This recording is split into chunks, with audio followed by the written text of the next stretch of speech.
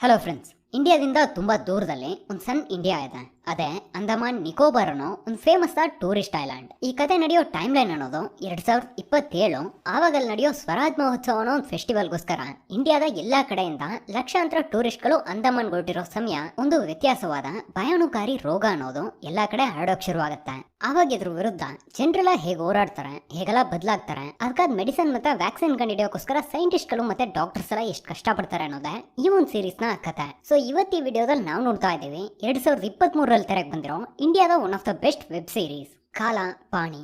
Actually ಕಾಲಾ ಪಾನಿ ಅನ್ನೋದು ಬ್ರಿಟಿಷರ ಆಡಳಿತದಲ್ಲಿ ಸ್ವತಂತ್ರ ಹೋರಾಟಗಾರನ ಬಂಧಿಸೋಕೋಸ್ಕರ ಅಂಡಮಾನ್ನಲ್ಲಿ ಕಟ್ಟಲ್ಪಟ್ಟಿರೋ ಒಂದು ಭಯಾನಕ ಜೈಲಿನ ಹೆಸರು. ಈ ಒಂದು ಸೀರೀಸ್ಗೆ ಈ ಹೆಸರು ಏನಕ್ಕೆ ಅಂತ ಕೇಳಿದ್ರೆ ಅದು ಹೋಗ್ತಾ ಹೋಗ್ತಾ ನಿಮ್ಗೆ ಗೊತ್ತಾಗತ್ತೆ. ಸರಿ, ನಾವೀಗ ಶುರು ಮಾಡೋಣ. ಇದು ಕಾಲಾ ಪಾನಿ ಎಪಿಸೋಡ್ 1 ನೇಚರ್ ವಿನ್ಸ್. ಎಪಿಸೋಡ್ ನ ಸ್ಟಾರ್ಟಿಂಗ್ ನಲ್ಲಿ ಅಂಡಮಾನ್ ಮತ್ತೆ ನಿಕೋಬಾರ್ ನ ಕ್ಯಾಪಿಟಲ್ ಆದ ಪೋರ್ಟ್ ಪ್ಲೇರ್ ನಲ್ಲಿ ತೋರಿಸ್ತಾರೆ. ಇವನೇ ನಮ್ ಹೀರೋ, ಹೆಸರು ಚಿರಂಜೀವಿ. ಇವನೀಗ ಕಾಲಾಪಾಣಿ ಅನ್ನೋ ಜೈಲಲ್ಲಿ ಕೆಲಸ ಮಾಡೋಕ್ ಬಂದಿರೋ ಯಾರೋ ಒಬ್ಬನ್ನ ರಿಸೀವ್ ಮಾಡಿ ತಗೊಂಡೋಗಿ ಡ್ರಾಪ್ ಮಾಡ್ತಾನೆ. ಇದೇ ಸಮಯ ಜೆನ್ಕಿನ್ಸ್ ಅನ್ನೋ ಒಂದು ಐಲ್ಯಾಂಡ್ ನಲ್ಲಿ ಬೆಳಗ್ಗೆ ಒಂದ್ ಸಣ್ಣ ಮಗು ನೀರ್ ತಗೊಳಕಂತ ಪಕ್ಕದಲ್ಲಿರೋ ಲೇಖಕ್ ಬಂದಾಗ ಸಡನ್ ಆಗಿ ಏನೋ ಒಂದ್ ರೀತಿ ಶಬ್ದ ಕೇಳಿಸುತ್ತೆ. ಇದರಿಂದ ಅವಳು ತುಂಬಾ ಹೆದರ್ಕೊಂಡು ಅದ್ ಏನಂತ ನೋಡಿದಾಗ ಕಾಡ್ನಲ್ಲಿ ವಾಸ ಮಾಡೋ ಹೊರಾಕ ಅನ್ನೋ ಬುಡಕಟ್ಟು ಜನಾಂಗದ ಒಂದು ಗುಂಪು ಈ ಲೇಕ್ ನಿಂದ ಪೋರ್ಟ್ ಪ್ಲೇರ್ ಟ್ರಾನ್ಸ್ಪೋರ್ಟ್ ಆಗ್ತಾ ಇರೋ ನೀರಿನ ಪೈಪ್ ನ ಎಲ್ಲರೂ ಸೇರ್ಕೊಂಡು ಹೊಡೆದಾಗ್ತಾ ಇದಾರೆ. ಅದನ್ನ ಈ ಸಣ್ಣ ಹುಡುಗಿ ನೋಡ್ತಾ ಇರೋದನ್ನ ಗುಂಪಿನಲ್ಲಿ ಒಬ್ಬ ನೋಡಿ ಕೊಡ್ಲೆ ಎತ್ಕೋತಾನೆ.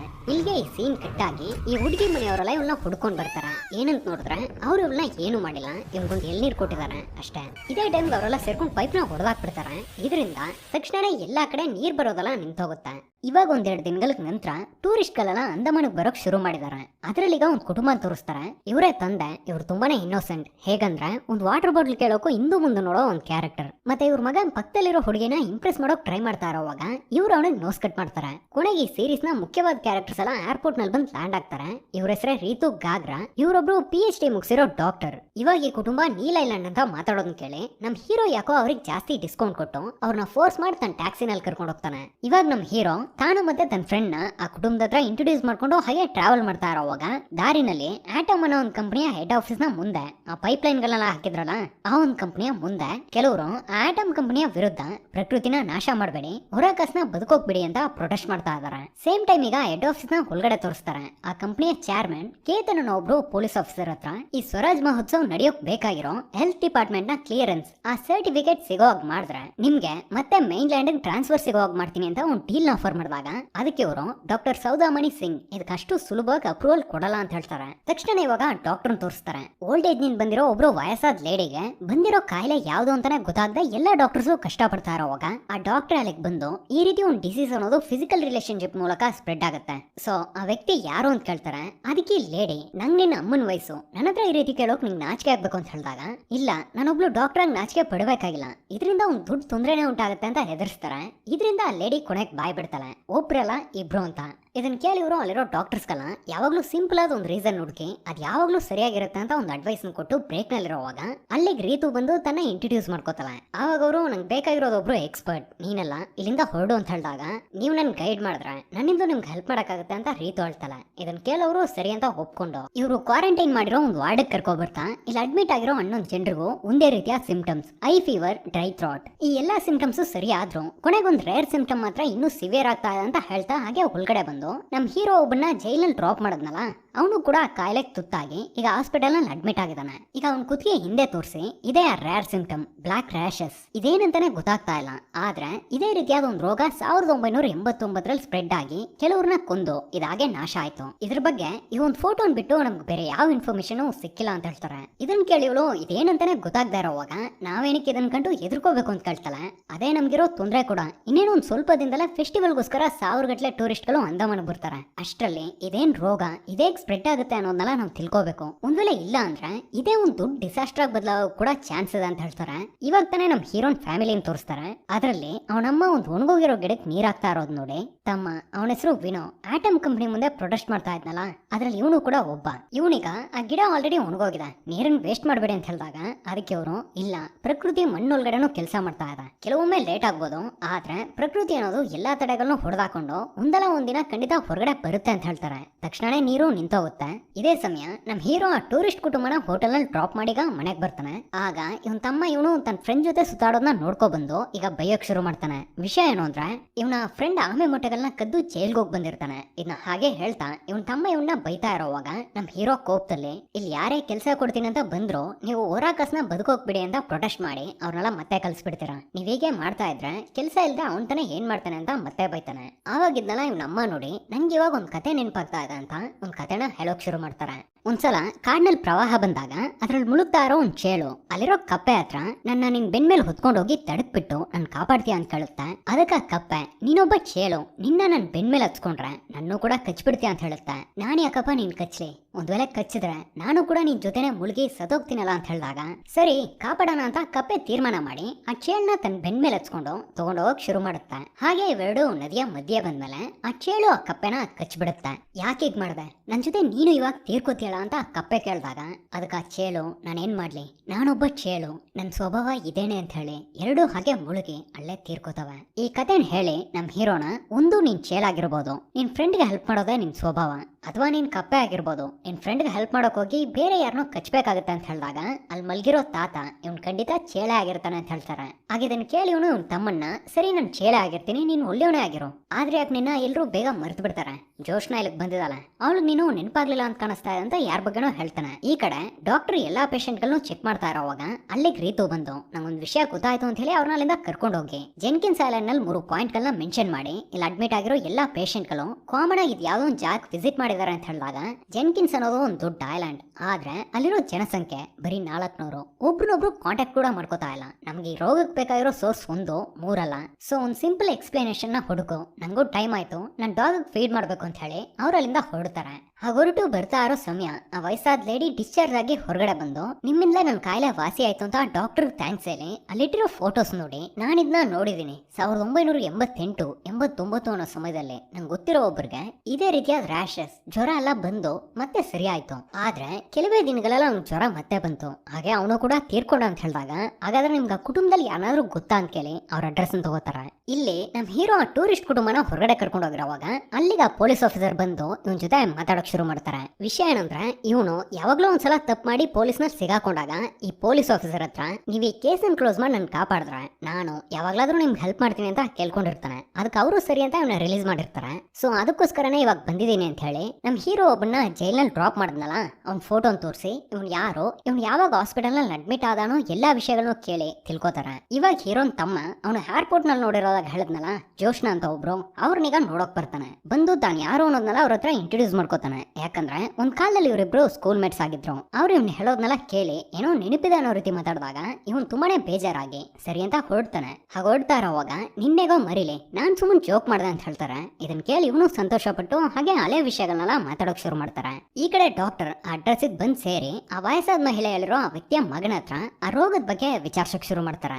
ಆವಾಗ ಅವನು ನನ್ನ ತಂದೆ ಜ್ವರ ಬಂತು, ಬ್ಲಾಕ್ ರ್ಯಾಶಸ್ ಬಂತು, ಅದ್ರ ಜೊತೆ ಸಾಯೋ ಸಮಯದಲ್ಲಿ ಅವ್ರಿಗೆ ಬೆಕ್ಕಲಿಕೆ ಬಂತು ಅಂತ ಈ ಎಲ್ಲಾ ವಿಷಯಗಳನ್ನು ಹೇಳಿದ್ಮೇಲೆ ಇವರು ಸರಿ ಅಂತ ಹಾಸ್ಪಿಟಲ್ ಕಾಲ್ ಮಾಡಿ ಅಲ್ಲಿರೋ ಪೇಷಂಟ್ಸ್ ಯಾರಿಗಾದ್ರೂ ಬೆಕ್ಕಲಿಕೆ ಬಂದ್ರೆ ಅವ್ರನ್ನ ಐಸೋಲೇಟ್ ಮಾಡಿ ಅಂತ ಹೇಳ್ತಾ ಹಾಗೆ ಬರ್ತಾ ಇರೋವಾಗ ಅಲ್ಲಿಗ ಪೊಲೀಸ್ ಆಫೀಸರ್ ಕೇತನ್ ಬಂದು ನಾನ್ ನಿಮ್ ಜೊತೆ ಒಂದ್ ಸ್ವಲ್ಪ ಮಾತಾಡ್ಬೇಕು ಅಂತ ಹೇಳಿ ಅವ್ರನ್ನ ತನ್ನ ಜೊತೆ ಕರ್ಕೊಂಡು ಹೋಗ್ತಾನೆ. ಹಾಗೆ ಹೋಗ್ತಾ ಇರೋವಾಗ ಈ ಫೆಸ್ಟಿವಲ್ ನ ಸೇಫ್ಟಿ ಸ್ಪೆಸಿಫಿಕೇಶನ್ಸ್ ಮತ್ತೆ WHO ಪ್ರೋಟೋಕಾಲ್ಸ್ ಇದೆಲ್ಲ ಪಕ್ಕಾ ಸ್ಟ್ಯಾಂಡರ್ಡ್ಸ್ ನಲ್ಲಿದೆ. ನೀವು ಇದಕ್ಕೆ ಅಪ್ರೂವಲ್ ಕೊಡದೆ ಹೋದ್ರೆ ಈ ಫೆಸ್ಟಿವಲ್ ನ ಗವರ್ನರ್ ಕ್ಯಾನ್ಸಲ್ ಮಾಡೋಣ ಅಂತ ತೀರ್ಮಾನ ಮಾಡಿದಾರೆ ಅಂತ ಮಾತಾಡ್ತಾರೆ. ಅದಕ್ಕೆ ಇವರು ನೀವೊಬ್ರು ಡೆಲ್ಲಿನಲ್ಲಿ ಕರಪ್ಟೆಡ್ ಪೊಲೀಸ್ ಆಫೀಸರ್, ಅದಕ್ಕೆ ಅದು ಪನಿಷ್ಮೆಂಟ್ ನ ಅಂಡಮಾನಿಗೆ ಬಂದು ಅನುಭವಿಸ್ತಾ ಇದ್ದೀರಾ, ಮತ್ತೆ ಅಲ್ಲಿಗೆ ಹೋಗ್ಬೇಕು ಅಂತ ಯಾರಿಗೋಸ್ಕರನೋ ಕೆಲಸ ಮಾಡ್ತಾ ಇದ್ದೀರಾ, ಇದಕ್ಕೆ ನಾನು ಯಾಕೆ ಅಪ್ರೂವಲ್ ಕೊಡ್ಲಿ ಅಂತ ಕೇಳ್ತಾರೆ. ಆಗ ನೀವು ಮಾತ್ರ ಸರಿನಾ ಅನ್ನೊಂದು ಪೇಷಂಟ್ ಗಳನ್ನ ಬಲವಂತ ಮಾಡಿ ವಾರ್ಡ್ ನಲ್ಲಿ ಕೂಡ ಹಾಕಿದೀರಾ, ಸುಳ್ಳಾದೊಂದು ರೋಗ ಸೃಷ್ಟಿ ಮಾಡಿ ಎಲ್ರೂ ಭಯ ಪಡಿಸ್ತಾ ಇದ್ದೀರಾ ಅಂತ ಏನೇನೋ ಮಾತಾಡ್ತಾರೆ. ಇದೆಲ್ಲ ನಡೆದ ಮೇಲೆ ಇವರು ಆ ವಾರ್ಡ್ ಬಂದು ಚೆಕ್ ಮಾಡಿದಾಗ ಅಲ್ಲಿ ಎಲ್ಲಾ ಪೇಷಂಟ್ ಗಳನ್ನು ಡಿಸ್ಚಾರ್ಜ್ ಮಾಡಿ ಕಳ್ಸಿಬಿಟ್ಟಿದ್ದಾರೆ ಒಬ್ಬನ್ ಬಿಟ್ಟು. ಇದರಿಂದ ಇವರು ತುಂಬಾನೇ ಕೋಪಪಟ್ಟು ಏನಂತ ವಿಚಾರಿಸ್ತಾರೆ. ಏನಂತ ನೋಡಿದ್ರೆ ಇದು ಮೇಲಿಂದ ಬಂದಿರೋ ಒಂದು ಆರ್ಡರ್ ಅಂತ. ಈ ಕಡೆ ನಮ್ ಹೀರೋ ಕುಟುಂಬನ್ ಕರ್ಕೊಂಡು ಟ್ರಾವೆಲ್ ಮಾಡ್ತಾ ಇರೋವಾಗ ಕಾಡಿನ ಮಧ್ಯೆ ಅವ್ನ ಫ್ರೆಂಡ್ ಗಾಡಿ ನಿಲ್ಸಿ ಇಳಿದೋಗ್ತಾನೆ. ಯಾಕಂತ ನೋಡಿದ್ರೆ ಇವನು ಜೈಲ್ಗೆ ಹೋಗಿ ಬಂದಿದ್ರು ಕೂಡ ಆಮೆ ಮೊಟ್ಟೆಗಳನ್ನ ಸ್ಮಗ್ಲ್ ಮಾಡೋದನ್ನ ಇನ್ನೂ ಬಿಟ್ಟಿಲ್ಲ. ಇವಾಗ್ಲೂ ಯಾರೋ ಇಬ್ಬರ ಹತ್ರ ಆ ಮೊಟ್ಟೆಗಳನ್ನ ಡೀಲ್ ಮಾಡಿ ತಗೋಬರ್ತಾನೆ. ಇಲ್ಲಿ ತಂದೆ ಮಗಳಿಗೆ ಹಾಲಿಡೇ ಹೋಮ್ ವರ್ಕ್ ಇದೆ, 50 ಬಗೆಯ ಎಲೆಗಳು ಹೂಗಳನ್ನ ಈ ಬುಕ್ ನಲ್ಲಿ ಅಂಡಿಸ್ಬೇಕು, ನಾವ್ ಅದನ್ನೀಗ ತಗೋಬರೋಣ ಅಂತ ನಮ್ ಹೀರೋ ಹತ್ರ ಕೇಳಿದಾಗ ಅದಕ್ಕೆ ಅವನು ಇಂಥ ಟೈಮ್ ನಲ್ಲಿ ಇಲ್ಲಿ ಸಿಚುವೇಶನ್ ಸರಿ ಇರಲ್ಲ, ನಾಳಿದ್ದು ನೀಲ್ ಐಲ್ಯಾಂಡ್ ಹೋಗ್ತೀವಲ್ಲ ಅಲ್ಲಿ ತಗೊಳ್ಳೋಣ ಅಂತ ಹೇಳ್ತಾನೆ. ಇದೇ ಸಮಯ ಇವ್ರ ಜೊತೆ ಬಂದಿರೋ ಪಕ್ಕದ ಮನೆ ಅಂಕಲ್ ಇವ್ರಿಗೆ ತಿನ್ನೋಕಂತ ಒಂದ್ ಮೊಟ್ಟೆನ್ ಕೊಟ್ಟಾಗ ಇವ್ರು ತುಂಬಾನೇ ಅಸಹ್ಯ ಪಟ್ಕೊಂಡು ಬೇಡ ಅಂತ ಹೇಳ್ಬಿಡ್ತಾರೆ. ಯಾಕಂದ್ರೆ ಇವರೆಲ್ಲ ಪ್ಯೂರ್ ವೆಜಿಟೇರಿಯನ್ಸ್. ತಕ್ಷಣ ಅವ್ರ ಮಗ ಹೀರೋ ಹೇಳದ್ನ ಕೇಳಿ ಅವ್ರ ತಂದೆ ಹತ್ರ ನಾಳೆ ಪೋರ್ಟ್ ಪ್ಲೇರ್ ನಲ್ಲಿ ಫೆಸ್ಟಿವಲ್ ಶುರು ಆಗ್ತಾ ಇದೆ, ನಾವೇನಕ್ಕೆ ನೀಲ್ ಐಲ್ಯಾಂಡ್ ಹೋಗ್ಬೇಕು, ಈ ಪ್ಲಾನ್ ನ ಯಾರು ಮಾಡಿದ್ದು, ನಮ್ಮ ಬಗ್ಗೆ ಒಂದ್ ಸ್ವಲ್ಪನೂ ಯೋಚನೆ ಮಾಡಲ್ವಾ, ಫೋನ್ ಕೊಡಲ್ಲ, ಎಲ್ಲೂ ಹೊರಗಡೆ ಹೋಗ್ಬಿಡಲ್ಲ, ಅಟ್ಲೀಸ್ಟ್ ಇಲ್ಲಿ ನಡೆಯೋ ಕಾನ್ಸರ್ಟ್ ನಾದ್ರೂ ನೋಡೋಕ್ ಬಿಡಿ ಅಂತಾನೆ ಕೇಳ್ದೆ ಅಂತ ಅವ್ರ ಮುಂದೆ ಕೂಗಾಡ್ತಾ ಇರೋವಾಗ ಸಡನ್ ಆಗಿ ಅವ್ನ ಕಪಾಲಕ್ಕೊಂದ್ ಬಿಟ್ಟು ಅವ್ರು ಯಾರನ್ನೂ ಬೈಯಲ್ಲ ಹೊಡಿಯಲ್ಲ ಅಂತ ಅವ್ರ ಮುಂದೆ ಮರ್ಯಾದೆ ಎಲ್ಲ ಮಾತಾಡ್ತೀಯ ಅಂತ ಹೇಳಿ ಅವ್ನ ಚೆನ್ನಾಗಿ ಬೈದ್ ಕಳಿಸಿದಾಗ ಅವನು ಅಳೋಕ್ ಶುರು ಮಾಡ್ತಾನೆ. ಇದೇ ಸಮಯ ಹೀರೋನ್ ಫ್ರೆಂಡು ಕೂಡ ಮೊಟ್ಟೆಗಳನ್ನ ಸೀಟಿನ ಕೆಳಗಡೆ ಇಟ್ಟು ಗಾಡಿನ ಇವಾಗ ಸ್ಟಾರ್ಟ್ ಮಾಡ್ತಾನೆ. ಈ ಕಡೆ ಹೀರೋನ್ ತಮ್ಮ ಆ ಜೋಶ್ನ ಜೊತೆ ಮಾತಾಡ್ತಾ ಬೀಚ್ ನಲ್ಲಿ ಟೈಮ್ ಸ್ಪೆಂಡ್ ಮಾಡ್ತಾ ಇರೋವಾಗ ಅಲ್ಲಿ ಒಂದ್ ಕಾರ್ ಅಲಾರ್ಮ್ ಬಡ್ಕೊಳಕ್ ಶುರು ಆಗುತ್ತೆ.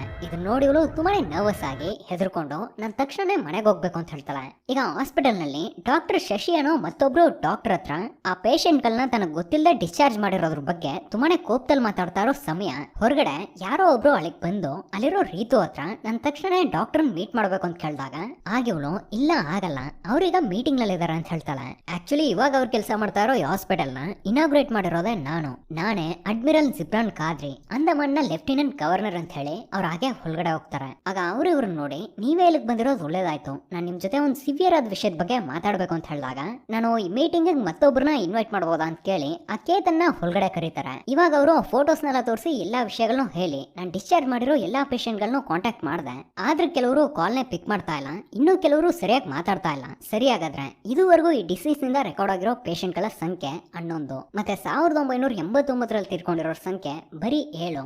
ಆದ್ರೆ ಇದಕ್ಕಾದ ಸರಿಯಾದ ರೀಸನ್ ಕೇತನ್ ಹತ್ರ ಇದೆ ಅಂತ ಹೇಳಿ ಅವ್ರನ್ನೀಗ ಮಾತಾಡೋಕೆ ಹೇಳ್ತಾರೆ. ಅವರು ಆ ಡಿಸೀಸ್ ನಿಂದ ಈ ಹಾಸ್ಪಿಟಲ್ ನಲ್ಲಿ ಅಡ್ಮಿಟ್ ಆಗಿರೋ ಇಬ್ರು ಫೋಟೋನ್ ತೋರಿಸಿ ಇವ್ರು ಯಾರು ಗೊತ್ತಾ, ಜೆನ್ಕಿನ್ಸ್ ನಲ್ಲಿ ಇಲ್ಲಿಗಲ್ ಆಗಿ ಮದ್ಯಾನ್ ತಯಾರು ಮಾಡಿ ಅದನ್ನ ಮಾರಾಟ ಮಾಡೋಂಥವ್ರು, ಇವ್ರಿಗೆ ತಯಾರು ಮಾಡಿರೋ ಲಿಕ್ಕರ್ನ್ ಕುಡಿದು ತುಂಬಾ ಜನ ಇನ್ಫೆಕ್ಟ್ ಆಗಿದ್ದಾರೆ. ಇದೇ ನೀವು ಕೇಳೋ ರೋಗಕ್ಕ ಸಿಂಪಲ್ ಎಕ್ಸ್ಪ್ಲನೇಷನ್. ನಿಮ್ ಪ್ರಕಾರ ಇದು ಯಾವಾಗ್ಲೂ ಸರಿಯಾಗಿರುತ್ತಲ್ಲ ಅಂತ ಮಾತಾಡ್ತಾ ಇರೋವಾಗ ಆಗ ಗವರ್ನರ್ ನಂಗೆ ಗೊತ್ತಿರೋ ಒಂದು ರೋಗ ಇದೆ, ಅದು ಈ 7 ಜನರಿಗಿಂತ ತುಂಬಾ ಜನರ ಪ್ರಾಣಗಳನ್ನ ಆಲ್ರೆಡಿ ತಗೋಬಿಟ್ಟಿದೆ, ಅದೇ ಬಡತನ.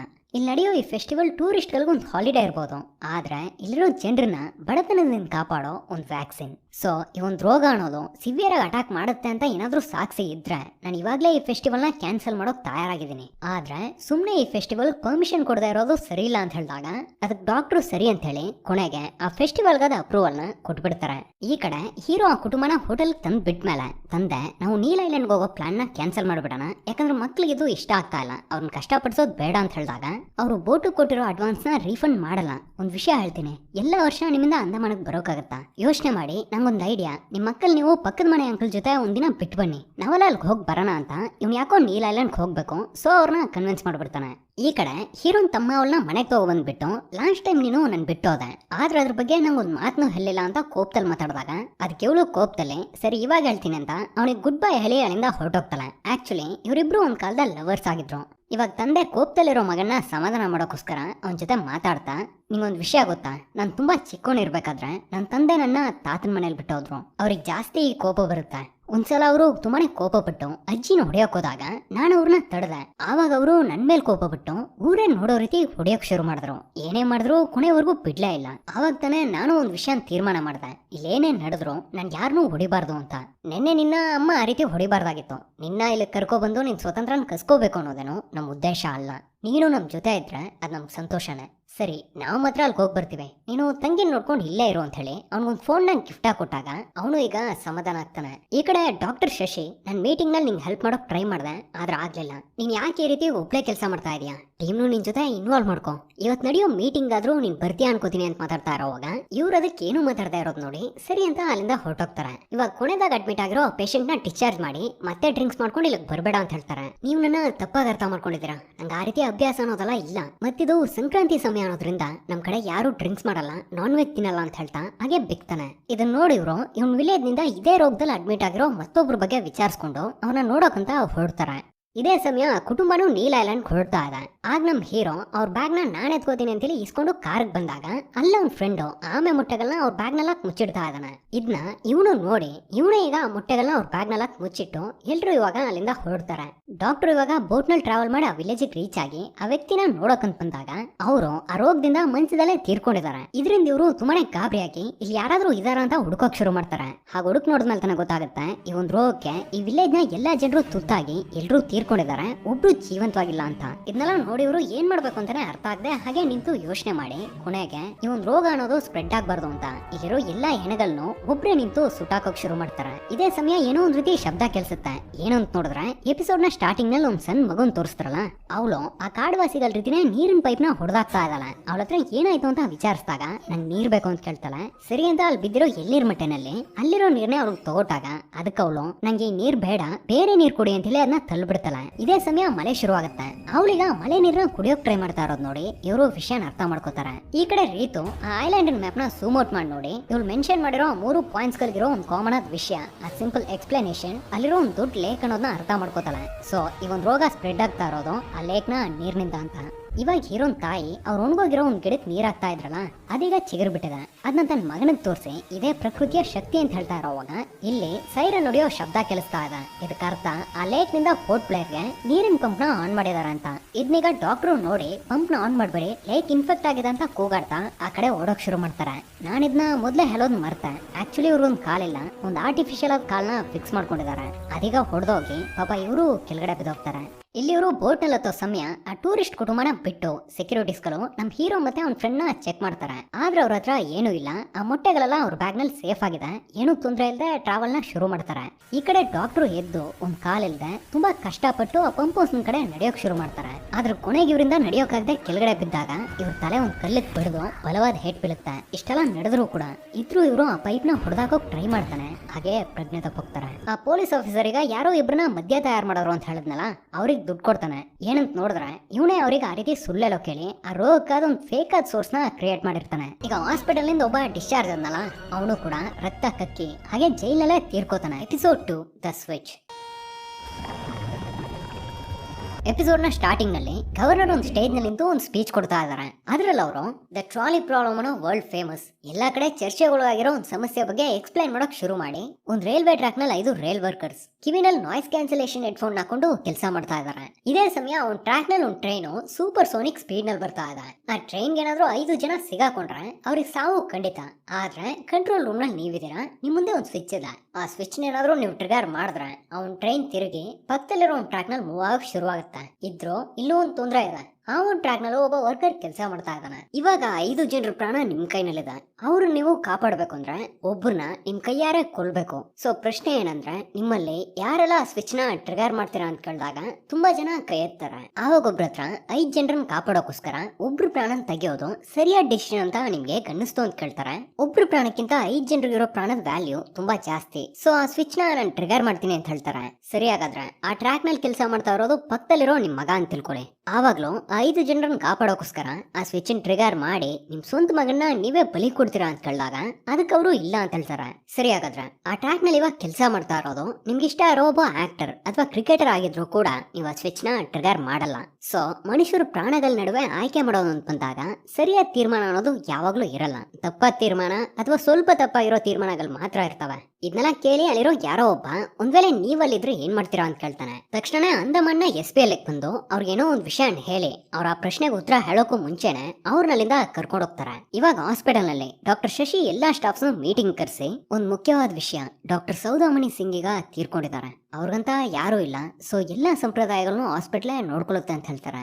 ಹೌದು, ಅವ್ರ ರಾತ್ರಿನೇ ತೀರ್ಕೊಂಡಿದ್ದಾರೆ. ಇದನ್ನೆಲ್ಲ ರೀತು ಕೇಳಿ ಅವ್ರಿಗೆ ಆ ರೋಗ ಸ್ಪ್ರೆಡ್ ಆಗೋ ಸೋರ್ಸ್ ಯಾವ್ದಂತ ಗೊತ್ತಿತ್ತು, ಅದೇ ಆ ಲೇಕ್. ಇಲ್ಲಿ ಆ ರೋಗದಲ್ಲಿ ಅಡ್ಮಿಟ್ ಆಗಿದ್ದ ಎಲ್ಲಾ ಪೇಷಂಟ್ ಗಳು ಯಾವ್ದೋ ಒಂದ್ ರೀತಿ ಆ ಲೇಕ್ ಜೊತೆ ಕಾಂಟ್ಯಾಕ್ಟ್ ಮಾಡ್ಕೊಂಡಿದ್ದಾರೆ. ಮತ್ತೆ ನಿನ್ನೆ ಡಿಸ್ಚಾರ್ಜ್ ಆಗಿರೋ ಆ ಒಂದ್ ಪೇಷಂಟ್ ಕೂಡ ಇವಾಗ ತೀರ್ಕೊಂಡಿದ್ದಾರೆ. ಜೆನ್ಕಿನ್ಸ್ ನ ನೀರಿನ ಸೋರ್ಸ್ ಅಂದ್ರೆ ಈ ಒಂದ್ ಲೇಕ್ ಮಾತ್ರ. ಅಲ್ಲಿರೋ 400 ಜನರು ಇವಾಗ ಅಪಾಯದಲ್ಲಿದ್ದಾರೆ ಅಂತ ಹೇಳಿದಾಗ ಇಲ್ಲ 5 ಲಕ್ಷ ಆ ನೀರೀಗ ಸಿಟಿಗೆ ಬಂದಿದೆ. ಮತ್ತೆ ಅವ್ರ ಬಾಡಿ ಸಿಕ್ಕಿರೋ ಜಾಗದಲ್ಲಿ ಒಂದು ವಿಲೇಜ್ ಇದೆ. ಆ ವಿಲೇಜ್ ನಲ್ಲಿರೋ 22 ಜನರು ತೀರ್ಕೊಂಡಿದ್ದಾರೆ 24 ಗಂಟೆ ಒಳಗೆ. ಅದರಿಂದಲೇ ಅದ್ರ ಬಗ್ಗೆ ಯಾವ ಇನ್ಫಾರ್ಮೇಶನ್ ಹೊರಗಡೆ ಗೊತ್ತಾಗ್ಲಿಲ್ಲ ಅಂತ ಹೇಳ್ತಾರೆ. ಇವಾಗ 17 ವರ್ಷಗಳ ಹಿಂದೆ ಪುಣೆನಲ್ಲಿ ನಡೆದಿರೋ ಒಂದು ಫ್ಲಾಶ್ ಬ್ಯಾಕ್. ಅದರಲ್ಲಿ ಆ ಜೋಶ್ನ ತನ್ನ ತಂದೆ ಟ್ರಾನ್ಸ್ಫರ್ ಸಿಕ್ಕಿ ಪೋರ್ಟ್ ಪ್ಲೇನ್ ನಿಂದ ಪುಣೆಗೆ ಬಂದು ಅಲ್ಲಿರೋ ಒಂದು ಸ್ಕೂಲ್ ನಲ್ಲಿ ಜಾಯಿನ್ ಮಾಡ್ಕೋತಾಳೆ. ಆವಾಗ ಟೀಚರ್ ಇಂಡಿಯಾ ಮ್ಯಾಪ್ ನ ಬಿಡಿಸಿ ಕಂಪ್ಲೀಟ್ ಇಂಡಿಯಾ ಹೇಗಿರುತ್ತೆ ಅಂತ ಯಾರು ಗೊತ್ತಾ ಅಂತ ಕೇಳಿದಾಗ ನಂಗೆ ಗೊತ್ತು ಅಂತ ಒಬ್ಬ ಹುಡುಗ ಇಂಡಿಯಾದ ಸುತ್ತಲೂ ಇರೋ ದ್ವೀಪಗಳು ಜೊತೆಗೆ ಅಂದಮಾನ್ನು ಬಿಡಿಸಿ ಇದೆ ಅಂತ ಹೇಳ್ತಾನೆ. ಇವನ ಹೆಸರು ಅನಿರುದ್ಧ್. ಇವರಿಬ್ರು ಈಗ ಫ್ರೆಂಡ್ಸ್ ಆಗಿ ಎಲ್ಲಾ ವಿಷಯಗಳನ್ನು ಶೇರ್ ಮಾಡ್ಕೊಳಕ್ ಶುರು ಮಾಡ್ತಾರೆ. ಆವಾಗ ಇವಳು ನಾನೊಬ್ಳು ನರ್ಸ್ ಆಗ್ಬೇಕು ಅನ್ಕೊಂಡಿದೀನಿ ಅಂತ ಹೇಳೋದನ್ನ ಕೇಳಿ ಎಲ್ರು ಡಾಕ್ಟರ್ ಆಗ್ಬೇಕು ಅನ್ಕೋತಾರೆ. ನೀನ್ ಯಾಕೆ ನರ್ಸ್ ಆಗ್ಬೇಕು ಅನ್ಕೊಂಡಿದ್ಯಾ ಅಂತ ಕೇಳ್ತಾನೆ. ಅದಕ್ಕೆ ಹೆಲ್ತ್ ಕೇರ್ ನಲ್ಲಿ ಕೇರ್ ಅನ್ನೋ ವಿಷಯ ನಂಗೆ ತುಂಬಾನೇ ಇಷ್ಟ. ಡಾಕ್ಟರ್ಸ್ ಗಳು ಬರೀ ಕಾಯಿಲೆ ಏನೋ ಅನ್ನೋದನ್ನ ಕಂಡಿಡಿದು ಅದಕ್ಕೆ ಟ್ರೀಟ್ಮೆಂಟ್ ಕೊಡ್ತಾರೆ ಅಷ್ಟೇ. ಆದ್ರೆ ಈ ನರ್ಸ್ ಗಳು ಪೇಷಂಟ್ ಗಳು ಕಂಪ್ಲೀಟ್ ಆಗಿ ಕ್ಯೂರ್ ಆಗೋವರೆಗೂ ಅವ್ರನ್ನ ಜೊತೆ ಇದ್ದು ಕೇರ್ ಮಾಡ್ತಾರೆ. ಆ ಒಂದು ವಿಷಯದ ಮೇಲೆ ನಂಗೂ ಇಂಟ್ರೆಸ್ಟ್ ಅಂತ ಹೇಳ್ತಾಳೆ. ಇವಾಗ ಆ ಫ್ಲಾಶ್ ಬ್ಯಾಕ್ ಎಲ್ಲ ಮುಗಿದು ಅವಳು ಒಬ್ಳು ನರ್ಸ್ ಆಗಿ ಯಾಕೋ ಜಾಬ್ ನ ಕ್ವಿಟ್ ಮಾಡಿದಾಳೆ. ಯಾಕೆ ಏನಾಯ್ತು, ನಿನ್ ಐಡಿ ಎಕ್ಸ್ಪೈರ್ ಆಗಿದೆ ಅಂತ ಹೀರೋನ್ ತಮ್ಮ ಕೇಳ್ತಾನೆ. ಆದ್ರೆ ಅವಳು ಅದಕ್ಕೇನು ಹೇಳ್ತಾ ಇಲ್ಲ, ಏನೋ ಒಂದು ವಿಷಯ ಮುಚ್ಚಿಡ್ತಾ ಇದ್ದಾಳೆ. ಇವಾಗ ಇಲ್ಲಿ ಗವರ್ನರ್ ಒಂದು ಎಮರ್ಜೆನ್ಸಿ ಮೀಟಿಂಗ್ ಇಟ್ಟು ದೊಡ್ಡ ದೊಡ್ಡ ಅಧಿಕಾರಿಗಳೆಲ್ಲ ಆ ರೋಗದ ಬಗ್ಗೆ ನಾವು ಆಲ್ರೆಡಿ ನೋಡಿರೋ ವಿಷಯಗಳನ್ನ ಮಾತಾಡಿ ಮುಂದೆ ಏನ್ ಮಾಡ್ಬೇಕು ಅನ್ನೋದನ್ನ ತೀರ್ಮಾನ ತಗೋತಾರೆ. ತಕ್ಷಣನೇ ಆ ಲೇಕನ್ ಪೈಪ್ ಲೈನ್ ನ ಶಟ್ ಡೌನ್ ಮಾಡ್ಬೇಕು, ಏರ್ಪೋರ್ಟ್ ಹಾರ್ಬರ್ ಅಂತ ಎಲ್ಲಾ ಟ್ರಾನ್ಸ್ಪೋರ್ಟೇಷನ್ ಕ್ಲೋಸ್ ಮಾಡ್ಬೇಕು, ಮತ್ತೆ ಯಾರೆಲ್ಲ ಇನ್ಫೆಕ್ಟ್ ಆಗಿದ್ದಾರೆ ಆಗಿಲ್ಲ ಅನ್ನೋದನ್ನೆಲ್ಲ ಟೆಸ್ಟ್ ಮಾಡಿ ಅವ್ರನ್ನೆಲ್ಲ ಐಸೋಲೇಟ್ ಮಾಡ್ಬೇಕು. ಕೊನೆಗೆ ಈ ವಿಷಯ ಯಾವುದು ಇವಾಗ್ಲೇ ಜನರಿಗೆಲ್ಲ ಗೊತ್ತಾಗೋದು ಬೇಡ, ಇದರಿಂದ ಅವರು ತುಂಬಾನೇ ಪ್ಯಾನಿಕ್ ಆಗ್ತಾರೆ ಅಂತ ಮಾತಾಡ್ತಾ ಇರೋವಾಗ್ಲೇ ರೀತು ನಾವ್ ಈ ರೋಗದ ಬಗ್ಗೆ ಜನರಿಗೆ ತಿಳಿಸೋದು ತುಂಬಾನೇ ಮುಖ್ಯ, ಅವ್ರಿಗೆ ಇದ್ರ ಬಗ್ಗೆ ಗೊತ್ತಾಗ್ಬೇಕು ಅಂತ ಮಾತಾಡ್ತಾಳೆ. ಸರಿ, ಒಂದ್ ರೋಗ ಇಟ್ಟಿರೋ ಹೆಸರೇನು ಅಂದ್ರೆ LHF, ಲೆಕ್ಟೋಸ್ಪೈರಲ್ ಹೆಮೊರಜಿಕ್ ಫೀವರ್, ಸಿಂಪಲ್ ಆಗಿ LHF 27. ಇಲ್ಲಿವಾಗ ಹೀರೋನ್ ತಮ್ಮ ಆ ಜೋಶ್ನ ತನ್ನ ಮನೆ ಕರ್ಕೊ ಬಂದಾಗ ಅವಳು ಅಲ್ಲಿ ಸ್ಪೈರಲ್ ರೀತಿರೋ ಒಂದು ಲಾಕೆಟ್ ನೋಡಿ ಇದೇನು ಅಂತ ಕೇಳ್ತಾಳೆ. ಇದು ಹೀರೋನ್ ತಂದೆ ಒಬ್ರು ಫಾರೆಸ್ಟ್ ಗಾರ್ಡ್ ಆಗಿದ್ದಾಗ ಅವ್ರಿಗೆ ಹೊರಕಾಸ್ ಕೊಟ್ಟಿರೋ ಒಂದು ಗಿಫ್ಟ್ ಅಂತ. ಇದೇ ಸಮಯ ಗವರ್ಮೆಂಟ್ ಕಡೆಯಿಂದ ಇವಾಗ ಕೆಲಸ ಮಾಡಿರೋ ಎಲ್ಲಾ ಹೆಲ್ತ್ ವರ್ಕರ್ಸ್ಗೂ ಮರೈನ್ ಹಿಲ್ಸ್ ಅನ್ನೋ ಒಂದು ಜಾಗಕ್ಕೆ ಬರೋಕೆಲಿ ಅಲರ್ಟ್ ಬರುತ್ತೆ. ಅದಿವಾಗ ಜೋಶ್ನಾಗೂ ಬಂದಾಗ ಅವಳು ಹೊರಡ್ತಾಳೆ. ಇನ್ನೊಂದ್ ಕಡೆ SP ಈ ವಿಷಯ ಯಾವ್ದು ಪೊಲೀಸ್ ಫೋರ್ಸ್ಗೆ ಹೇಳ್ದೆ ಮುಂದೆ ಲಾಕ್ ಡೌನ್ ಮಾಡೋಕ್ ಚಾನ್ಸ್ ಇದೆ, ಸೊ ಹೇಗ್ ನಡ್ಕೋಬೇಕು ಅನ್ನೋದೆಲ್ಲ ಹೇಳಿ ಹಾಗೆ ಹೊರಗಡೆ ಬರ್ತಾ ಇರೋವಾಗ ಆ ಕೇತನ್ ಏನಾಯ್ತು ಈ ಒಂದ್ ಸಮಯದಲ್ಲಿ ಲಾಕ್ ಡೌನ್ ಏನಕ್ಕೆ ಮಾಡ್ಬೇಕು ಅಂತ ಕೇಳ್ತಾನೆ. ಅದಕ್ಕೆ ಇವರು ಏನು ಹೇಳ್ದೆ ನಿಂಗೆ ಕೊಟ್ಟಿರೋ ಆ ಫೀಲ್ಡ್ ವರ್ಕ್ ನೋಗ್ ಮಾಡು ಅಂತ ಹೇಳಿ ಅವ್ನ ಅಲ್ಲಿಂದ ಕಲಿಸ್ಬಿಡ್ತಾರೆ. ಇವನು ಆ ಕಾರ್ಪೊರೇಟ್ ಗೋಸ್ಕರ ಕೆಲಸ ಮಾಡ್ತಾ ಇದ್ದಾನೆ ಅಂತ ಚೆನ್ನಾಗಿ ಗೊತ್ತು, ಅದರಿಂದ ಇವನ್ನ ಅವ್ರಿಗೆ ಸ್ವಲ್ಪನೂ ಆಗಲ್ಲ. ಇನ್ನೊಂದ್ ಕಡೆ ಲಾಕ್ ಡೌನ್ ಆಗುತ್ತೆ ಅನ್ನೋದೆಲ್ಲ ಗೊತ್ತಿಲ್ಲದೆ ಆಟಮ್ ಕಂಪ್ನಿ ಫೆಸ್ಟಿವಲ್ ನ ಕೋಲಾಹಲವಾಗಿ ಶುರು ಮಾಡ್ತಾರೆ. ಆವಾಗ ಆ ತಂದೆಯ ಮಗಳು ತನ್ನ ಹೋಮ್ ವರ್ಕ್ ಗೋಸ್ಕರ ಎಲೆಗಳು ಮತ್ತೆ ಹೂಗಳನ್ನ ಕಲೆಕ್ಟ್ ಮಾಡೋಕೋದಾಗ ಅಲ್ಲಿ ಯಾರೋ ಒಬ್ಬ ಈ ವಿಷಯ ಯಾವ್ದು ಗೊತ್ತಿಲ್ಲದೆ ಕೆಂತ ತುಂಬಾನೇ ಕಷ್ಟ ಪಡ್ತಾ ಇದ್ದಾನೆ. ಇದೇ ಸಮಯ ಅವಳ ಅಣ್ಣ ಅಲ್ಲಿಗೆ ಬಂದು ಯಾಕೆ ಈ ರೀತಿ ಒಬ್ಳೆ ಹೋಗ್ತೀಯ ಅಂತ ಕೇಳ್ತಾ ಇರೋವಾಗ್ಲೇ ಅಪ್ಪ ಕಾಲ್ ಮಾಡ್ತಾರೆ. ಕಾಲ್ ಮಾಡಿ ಈ ಒಂದು ಐಲ್ಯಾಂಡ್ ತುಂಬಾನೇ ಚೆನ್ನಾಗಿದೆ, ನೀನ್ ಇದನ್ನ ಮಿಸ್ ಮಾಡ್ಕೊಂಡೆ ಅಂತ ಮಾತಾಡ್ತಾ ಇರೋವಾಗ ಇವನು ಫ್ಲೈಟ್ ನಲ್ಲಿ ನೋಡಿದ್ನಲ್ಲ ಆ ಒಂದು ಹುಡುಗಿನೂ ಇಲ್ಲೇ ಇರೋದು ನೋಡಿ ಇವ್ರು ನೋಡ್ಕೋತಾ ಇರೋ ಆ ಪಕ್ಕದ ಮನೆ ಅಂಕಲ್ ಹತ್ರ ನಾವು ಒಂದ್ ಸ್ವಲ್ಪ ಹಿಂದೆ ಹೋಗಿ ಬರ್ತೀವಿ ಅಂತ ಹೇಳಿ ತನ್ನ ತಂಗಿ ಜೊತೆ ಅವಳನ್ನ ಫಾಲೋ ಮಾಡ್ಕೊಂಡು ಹೋಗ್ತಾನೆ. ಈ ಕಡೆ ಆ ಜೋಶ್ನ ಮರೆ ನಿಲ್ಸಿಗೆ ಬಿಡೋಕೋಸ್ಕರ ಹೀರೋನ್ ತಮ್ಮ ಕಾರ್ ತಗೊಂಡಾಗ ಅದು ರೆಡ್ ಕಲರ್ ನಲ್ಲಿದೆ. ಅದನ್ನ ನೋಡಿ ಇವಳು ಯಾಕೋ ತುಂಬಾ ನರ್ವಸ್ ಆಗ್ತಾಳೆ. ಯಾಕಂತ ನೋಡಿದ್ರೆ ಇವಾಗ ಒಂದು ಫ್ಲಾಶ್ ಬ್ಯಾಕ್, ಇವಳು ಒಬ್ಳು ನರ್ಸ್ ಆಗಿ ಕೆಲಸ ಮಾಡ್ತಾ ಇರೋ ಸಮಯ ಹಾಸ್ಪಿಟಲ್ಗೆ ಒಬ್ಬ ಪೊಲಿಟಿಷಿಯನ್ ಡಯಾಬಿಟಿಸ್ ನಿಂದ ಅಡ್ಮಿಟ್ ಆಗಿರ್ತಾನೆ. ಮತ್ತೆ ಇವಳು ಫ್ರೆಂಡ್ ಅನಿರುದ್ಧ್ ಅವನಿಗೆ ಒಬ್ಬ ಡಾಕ್ಟ್ರು ಅವನು ನಿಂಗೊಂದು ಸರ್ಪ್ರೈಸ್ ಅಂತ ಹೇಳಿ ಅವ್ನು ತಗೊಂಡಿರೋ ಒಂದು ಹೊಸ ಕಾರನ್ನ ತೋರಿಸಿದಾಗ ಇವಳು ಅದನ್ನ ನೋಡಿ ತುಂಬಾ ಸಂತೋಷ ಪಟ್ಟು ಅದನ್ನ ಡ್ರೈವ್ ಮಾಡ್ತಾಳೆ. ಇಲ್ಲಿಗೆ ಈ ಫ್ಲಾಶ್ ಬ್ಯಾಕ್ ಮುಗಿದು ಸರಿ ಕಾರ್ ಬೇಡ ಸ್ಕೂಟರ್ ನಲ್ಲಿ ಹೋಗೋಣ ಅಂತ ಹೇಳಿ ಇಬ್ರು ಅಲ್ಲಿಂದ ಹೊರಡ್ತಾರೆ. ಇಲ್ಲಿ ರೀತು ಆ ಡಾಕ್ಟರ್ದು ಬಾಡಿ ನೋಡಿ ಫೀಲ್ ಮಾಡ್ತಾ ಇವ್ರು ತೀರ್ಕೊಂಡಿರೋದು ನಿಜಾನ್ ಕಂಡಿಡಿಯೋಕೋಸ್ಕರ, ಸೊ ಈ ಒಂದು ನಿಜಾನ ಏನಕ್ಕೆ ನಾವು ಮುಚ್ಚಿಡ್ಬೇಕು ಅಂತ ಕೇಳ್ತಾಳೆ. ಅದಕ್ಕೆ ಡಾಕ್ಟರ್ ಶಶಿ ಅದೆಲ್ಲ ಬೇಡ, ನಂಗೆ ಕೊಟ್ಟಿರೋ ಆರ್ಡರ್ಸ್ ನಾನು ಸ್ಟ್ರಿಕ್ಟ್ ಆಗಿ ಫಾಲೋ ಮಾಡ್ತೀನಿ, ಅದನ್ನೇ ನನ್ನ ಟೀಮ್ ಮೇಟ್ಸು ಮಾಡ್ಬೇಕು ಅನ್ಕೋತೀನಿ. ಈ ಒಂದು ಮಾತನ್ನ ನಿಂಗೂ ಹೇಳ್ತಾ ಇದ್ದೀನಿ, ನೀನು ನಮ್ ಜೊತೆ ಇರು, ನಮ್ ಜೊತೆ ಇದ್ದು ಕೆಲಸ ಮಾಡೋ ಅಂತ ಹೇಳಿ ಅವರಲ್ಲಿಂದ ಹೊರಟಾಗ ತಕ್ಷಣ ಇವ್ರಿಗೆ ಯಾರೋ ಕಾಲ್ ಮಾಡ್ತಾರೆ. ಇಲ್ಲಿ ಆ ಫೆಸ್ಟಿವಲ್ ಕೋಲಾಹಲದಿಂದ ಮುಂದುವರಿತಾ ಇರೋವಾಗ ಅಲ್ಲಿಗ ಚೇತನ್ ಆಟಮ್ ಕಂಪ್ನಿಯ ಚೇರ್ಮನ್ ನ ನೋಡೋಕಂತ ಬರ್ತಾನೆ. ಆದ್ರೆ ಸೆಕ್ಯೂರಿಟೀಸ್ ಅವನ್ನ ಹೊರಗಡೆ ಬಿಡ್ತಾ ಇಲ್ಲ. ಸರಿ ಅಂತ ಅಲ್ಲಿ ಕೆಲಸ ಮಾಡ್ತಾ ಇರೋ ಒಬ್ರು ಎಂಪ್ಲಾಯ್ ಹತ್ರ ನಾನು ನಿಮ್ ಬಾಸ್ ನ ತಕ್ಷಣನೇ ಮೀಟ್ ಮಾಡ್ಬೇಕು ಅಂತ ಕೇಳಿದಾಗ ಅದಕ್ಕೆ ಅವರು ವಿಷಯ ಏನಂತ ಹೇಳಿ ನಾನು ಅವ್ರ ವೈಫ್ ಆಟಮ್ ನ ಸೌತ್ ಈಸ್ಟ್ ಏಷ್ಯಾ ಡಿವಿಷನ್ ನ ಡೈರೆಕ್ಟರ್ ಅಂತ ಹೇಳಿ ತನ್ನ ಇಂಟ್ರೊಡ್ಯೂಸ್ ಮಾಡ್ಕೋತಾರೆ. ಈ ಕಡೆ ಹೀರೋ ನಮ್ಮ ಅವ್ರೊಂದು NGO ದಲ್ಲಿ ಕೆಲಸ ಮಾಡ್ತಾ ಇದಾರೆ. ಅವ್ರೀಗ ಹೊರಕಾಸನ ನೋಡಕಂತ ಬಂದಾಗ ಅಲ್ಲಿ ಒಬ್ಬನ್ ಬಿಟ್ರೆ ಬೇರೆ ಯಾರು ಇಲ್ಲ. ಅವನೀಗ ಈ ಭೂಮಿ ಮನುಷ್ಯರ ಮೇಲೆ ಒಂದು ಶಾಪನ್ ಕೊಟ್ಟಿದೆ, ಅದರಿಂದ ತಪ್ಸ್ಕೋಬೇಕಾದ್ರೆ ಎಲ್ರು ಓಡಿ ಅಂತ ಹೊರಕ ಭಾಷೆನಲ್ಲಿ ಹೇಳಿ ಅವನಲ್ಲಿಂದ ಹೊರಡ್ತಾನೆ. ಇವ್ರಿಗೂ ಆ ಭಾಷೆ ಚೆನ್ನಾಗಿ ಅರ್ಥ ಆಗುತ್ತೆ. ಹೇಗಂದ್ರೆ ಇವರು ಹೊರಕಾಸ್ನ ಅವಾಗ ಕಾಂಟ್ಯಾಕ್ಟ್ ಮಾಡಿ ಅವ್ರಿಗೆ ಹೆಲ್ಪ್ ಮಾಡ್ತಾ ಇರ್ತಾರೆ. ಇದೆಲ್ಲ ಕೇಳಿ ಇವ್ರ ಜೊತೆ ಬಂದಿರೋರ್ನ ನೀವೆಲ್ಲ ಹಿಂದೆ ಹೋಗಿ ಈ ವಿಷಯ ತಿಳಿಸಿ ಹೊರಕಾಸಿಗ ಅಪಾಯದಲ್ಲಿದ್ದಾರೆ, ಅವ್ರಿಗೆ ಸಹಾಯ ಬೇಕಾಗತ್ತೆ ಅಂತ ಹೇಳಿ ಇವರು ಅವನಿಂದನೇ ಕಾಡ್ನೊಳಗಡೆ ಹೊರಟೋಗ್ತಾರೆ. ಇಲ್ಲಿ ಆ ಚೇತನಿ ಎಲ್ಲಾ ವಿಷಯಗಳನ್ನ ಬಾಸ್ ಮತ್ತೆ ಅವ್ರ ವೈಫ್ ಹೇಳಿ ಇನ್ನೂ ಅರ್ಧ ಗಂಟೆನಲ್ಲಿ ಒಂದು ಫ್ಲೈಟ್ ಬರ್ತಾ ಇದೆ, ಅದ್ರಲ್ಲೋಗಿ ಎಲ್ರು ತಪ್ಸ್ಕೊಳ್ಳಿ ಅಂತ ಹೇಳಿದಾಗ ಅವರು ಈ ವಿಷಯಗಳನ್ನ ಡಿಸ್ಕಸ್ ಮಾಡಿ ಸರಿ ನೋಡೋಣ ಅಂತ ಹೊರಡೋದ್ರ ಬಗ್ಗೆ ಯೋಚನೆ ಮಾಡ್ತಾರೆ. ಇವಾಗ ಹೊರಗಡೆ ಇಲ್ಲಿಗೆ ಬಂದಿರೋ ಎಲ್ಲಾ ಜನರನ್ನು ಲಾಕ್ ಮಾಡಿ ಅವ್ರಿಗೆಲ್ಲ ಟೆಸ್ಟಿಂಗ್ ಶುರು ಮಾಡಿದಾಗ ಅವರೆಲ್ಲ ಯಾಕೆ ಹೀಗೆ ಮಾಡ್ತಾ ಇದ್ರ ಅಂತ ಅವ್ರ ಜೊತೆ ಜಗಳಕ್ಕೆ ಬೀಳ್ತಾರೆ. ಇದೇ ಸಮಯ ಜೋಶ್ನಾನು ಅವ್ಳ ಫೋನ್ಗೆ ಬಂದಿರೋ ಅಲರ್ಟ್ ನಿಂದ ಇಲ್ಲಿಗೆ ಬಂದ್ ಸೇರಿ ಏನಾಯ್ತು ಅಂತ ವಿಚಾರಿಸಿದಾಗ ನಿಮ್ಗೂ ಟೆಸ್ಟ್ ಮಾಡ್ಬೇಕು ಅಂತ ಹೇಳಿ ಒಳಗಡೆ ಕಳಿಸ್ತಾರೆ. ಆಗ ಒಳಗಡೆ ಇರೋ ಸೆಟಪ್ ನೆಲ್ಲ ನೋಡಿ ಇವ್ಳಿಗೆ ಫ್ಲಾಶ್ ಬ್ಯಾಕ್ ಮತ್ತೆ ನೆನಪಾಗುತ್ತೆ. ಅದ್ರಲ್ಲಿ ಇವಳು ಡೇ ಅಂಡ್ ನೈಟ್ ಕೆಲಸ ಮಾಡಿ ಟಯರ್ಡ್ ಆಗಿರೋವಾಗ ಅವ್ನ ಫ್ರೆಂಡ್ ಇವಳನ್ನ ಎಬ್ಸಿ ಆ ಪೊಲಿಟಿಷಿಯನ್ ಕೊಟ್ಟಿರೋ ಇನ್ಸುಲಿನ್ ಲೆವೆಲ್ ಓವರ್ ಡೋಸ್ ಆಗಿ ಅವ್ರ ಕಾರ್ಡಿಯಾಕ್ ಕಾರ್ಡಿಯಾಕ್ ಅರೆಸ್ಟ್ ಬರ್ತಾ ಇದೆ ಅಂತ ಹೇಳಿ ಅವಳನ್ನ ಕರ್ಕೊಂಡು ಹೋಗ್ತಾನೆ. ಆಗ ಇವನು ಅವ್ರಿಗೆ ಏನೇನೋ ಟ್ರೈ ಮಾಡ್ತಾನೆ, ಆದ್ರೆ ಏನೋ ಆಗ್ತಾ ಇಲ್ಲ. ಕೊನೆಗೆ ಅವರು ಹಾಗೆ ತೀರ್ಕೋತಾರೆ. ಇದೇ ಸಮಯ ಈ ವಿಷಯ ಅವ್ರ ಮಗನಿಗೆ ಗೊತ್ತಾಗಿ ಆ ಡಾಕ್ಟರ್ ಯಾರು ಅಂತ ರೌಡಿಗಳ ಜೊತೆ ಹುಡ್ಕೊಂಡ್ ಬಂದಾಗ ಇವ್ರು ಅವರಿಂದ ತಪ್ಸ್ಕೋತಾರೆ. ಇಲ್ಲಿಗೆ ಫ್ಲಾಶ್ ಬ್ಯಾಕ್ ಮುಗಿದು ಆಟಮ್ ಕಂಪನಿಯ ಮುಂದೆ ಒಂದ್ ದೊಡ್ಡ ಗಲಾಟೆ ಶುರುವಾಗುತ್ತೆ. ಆವಾಗ ಅಣ್ಣ ಅವಳ ತಂಗಿನ ಒಂದ್ ಜಾಗದಲ್ಲಿ ಕೂರಿಸಿ ಏನ್ ನಡೀತಾ ಇದೆ ಅಂತ ನೋಡೋಕ್ ಹೋಗಿ ಅಂಕಲ್ ನ ಕರೆಯೋಕ್ ಟ್ರೈ ಮಾಡ್ತಾನೆ. ಆದ್ರೆ ಈ ಗಲಾಟೆನಲ್ಲಿ ಇವ್ನು ಎಲ್ಲಿದ್ದಾನೆ ಅಂತಾನೆ ಅವ್ರಿಗೆ ಗೊತ್ತಾಗ್ತಾ ಇಲ್ಲ. ಇದೇ ಸಮಯ ಇವರೆಲ್ಲ ತಪ್ಸ್ಕೊಂಡು ಹೋಗ್ತಾ ಇದಾರೆ. ಅದನ್ನ ಅಲ್ಲಿರೋ ಜನರೆಲ್ಲ ನೋಡಿ ಇವ್ರನ್ನ ತಡಿಯೋಕಂತ ಬಂದಾಗ ಆ ಕೇತನ್ ಮೇಲ್ ಶೂಟ್ ಮಾಡ್ಬಿಡ್ತಾನೆ. ಇದರಿಂದ ಅವರೆಲ್ಲ ತುಂಬಾನೇ ಹೆದರ್ಕೊಂಡು ಆ ಕ್ಲಾಸ್ ನೆಲ್ಲ ಹೊಡೆದಾಗ್ತಾ ಹೊರಗಡೆ ಬಂದು ಹಾಗೆ ತಪ್ಸ್ಕೊಂಡು ಹೊಡೋಕ್ ಶುರು ಮಾಡ್ತಾರೆ. ಇದನ್ನ ನೋಡಿದ ತಕ್ಷಣ ಜೋಶ್ನಾಗ ಅದೇ ಫ್ಲಾಶ್ ಬ್ಯಾಕ್ ಮತ್ತೆ ನೆನಪಾಗುತ್ತೆ. ಅದ್ರಲ್ಲಿ ಇವರು ಇದೇ ರೀತಿ ತಪ್ಸ್ಕೊಂಡು ಹೋಗ್ತಾ ಇರೋ ಸಮಯ ಆ ರೌಡಿಗಳಿಗೆ ಇವ್ರಿರೋ ಜಾಗ ಗೊತ್ತಾಗಿ ಇವ್ರ ಹತ್ರ ಬರ್ತಾರೆ. ಆವಾಗ ಇವನು ಇವಳನ್ನ ಕಾರ್ನಲ್ಲೇ ಬಚ್ಚಿಟ್ಕೊಂತೇಳಿ ಲಾಕ್ ಮಾಡಿದಾಗ ಆ ರೌಡಿಗಳು ಅಲ್ಲಿಗೆ ಬಂದು ನನ್ನ ತಂದೆಗೆ ಏನ್ ಮಾಡ್ದೆ ಅಂತ ಕೇಳ್ತಾ ಇವನ್ನ ಹೊಡಿಯೋಕ್ ಶುರು ಮಾಡ್ತಾರೆ. ಹಾಗೆ ತುಂಬಾ ಹೊತ್ತು ಹೊಡೆದು ಕೊನೆಗೆ ಇವಳ ಕಣ್ ಮುಂದೆನೆ ಅವನ್ನ ಸಾಯಿಸ್ಬಿಡ್ತಾರೆ. ಇದನ್ನೆಲ್ಲ ಯೋಚನೆ ಮಾಡಿ ಇವಳು ಹಾಗೆ ಅಳ್ತಾ ಇರೋವಾಗ ಈ ಅಣ್ಣ ತಂಗಿ ಈ ಗಲಾಟೆನಿಂದ ಇಬ್ರು ಬೇರೆ ಆಗಿ ಆ ಜನಗಳ ಮಧ್ಯೆ ಸಿಗಾಕೋತಾರೆ. ಆದ ತಕ್ಷಣ ಇವಳು ಇರೋ ಜಾಗ ನಾವು ನೋಡಿ ಇವಳ ಹತ್ರ ಬರ್ತಾ ಇರ್ಬೇಕಂದ್ರೆ ಇವರು ಕೂಡ ಒಂದ್ ಕಾರ್ನಲ್ಲಿ ತಪ್ಸ್ಕೊಂಡು ಹೋಗ್ತಾ ಇದಾರೆ. ಆದ್ರೆ ಆ ರೋಡಿನ ಮಧ್ಯೆ ಆ ಮಗು ಸಿಗಾಕೊಂಡಿದ್ದಾರೆ. ಇನ್ನೇನು ಕಾರ್ನ ಅವ್ರ ಮೇಲೆ ಹತ್ಸ್ಬಿಡ್ಬೇಕು ಅನ್ನೋ ಸಮಯದಲ್ಲಿ ಜೋಶ್ನ ಅವ್ರನ್ನ ಕಾಪಾಡಿ ಇವರಿಬ್ಬರನ್ನು ಅಲ್ಲಿ ನಿಂತಿರೋ ಒಂದ್ ಕಾರ್ನಲ್ಲಿ ಕೂರಿಸಿ ತನ್ನ ಭಯನೆಲ್ಲ ಬಿಟ್ಟು ಈಗ ಆ ಕಾರ್ನ ತಗೊಂಡೋಗ್ತಾಳೆ. ಇದೇ ಸಮಯ ಈ ರೋಗದ ಬಗ್ಗೆ ಮೈನ್ಲ್ಯಾಂಡ್ ಯಾರೋ ವಿಷಯ ಲೀಕ್ ಮಾಡಿದ್ದಾರೆ. ಯಾರಂತ ನೋಡಿದ್ರೆ ಅದು ರೀತುನೆ. ಆ ಗವರ್ನರ್ ಯಾಕೆ ಹೀಗ್ ಮಾಡಿದೆ ಅಂತ ಕೇಳಿದಾಗ ಜನರಿಗೆ ನಿಜ ಗೊತ್ತಾಗೋದು ತುಂಬಾನೇ ಮುಖ್ಯ ಅಂತ ಹೇಳ್ತಾಳೆ. ನೀನ್ ಇವಾಗ ಮಾಡಿರೋದ್ರಿಂದ ಏನಾಗುತ್ತೆ ಗೊತ್ತಾ, ಇಲ್ಲಿಗೆ ಬಂದಿರೋ ಯಾವ ಟೂರಿಸ್ಟು ತಮ್ಮ ಮನೆಗೆ ಹೋಗೋಕ್ಕಾಗಲ್ಲ, ಯಾರು ಹೊರಗಡೆ ಬರೋಕ್ಕಾಗಲ್ಲ. ಈ ಐಲ್ಯಾಂಡ್ ಕ್ವಾರಂಟೈನ್ ಮಾಡ್ತಾರೆ. ಅದೇ ಸಮಯ ನಮಗೆ ಕುಡಿಯೋಕ್ ನೀರಿಲ್ಲ, ತಪ್ಸ್ಕೊಂಡು ಹೋಗೋದಕ್ಕೆ ಒಂದ್ ನೆಲ ಇಲ್ಲ. ಒಂದ್ ವೇಳೆ ನೀನ್ ಇದನ್ನ ಲೀಕ್ ಮಾಡದೆ ಬಿಟ್ಟಿದ್ರೆ ನಿಜ 24 ಗಂಟೆಗೆ ನಂತರ ಅದಾಗಿದ್ದದೇ ಹೊರಗಡೆ ಬರ್ತಾ ಇತ್ತು.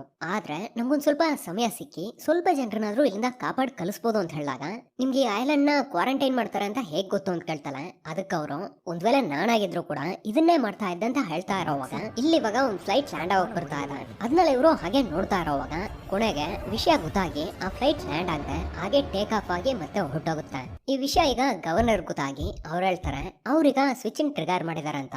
ಸೊ ಇವಾಗ ಮೈನ್ ಲ್ಯಾಂಡಿಗೆ ಈ ರೋಗ ಸ್ಪ್ರೆಡ್ ಆಗ್ಬಾರ್ದು ಅಂತ ಅಲ್ಲಿರೋರ್ನ ಕಾಪಾಡೋಕೋಸ್ಕರ ಅಂಡಮಾನ್ ನಲ್ಲಿರೋರ್ನ ಬಲಿ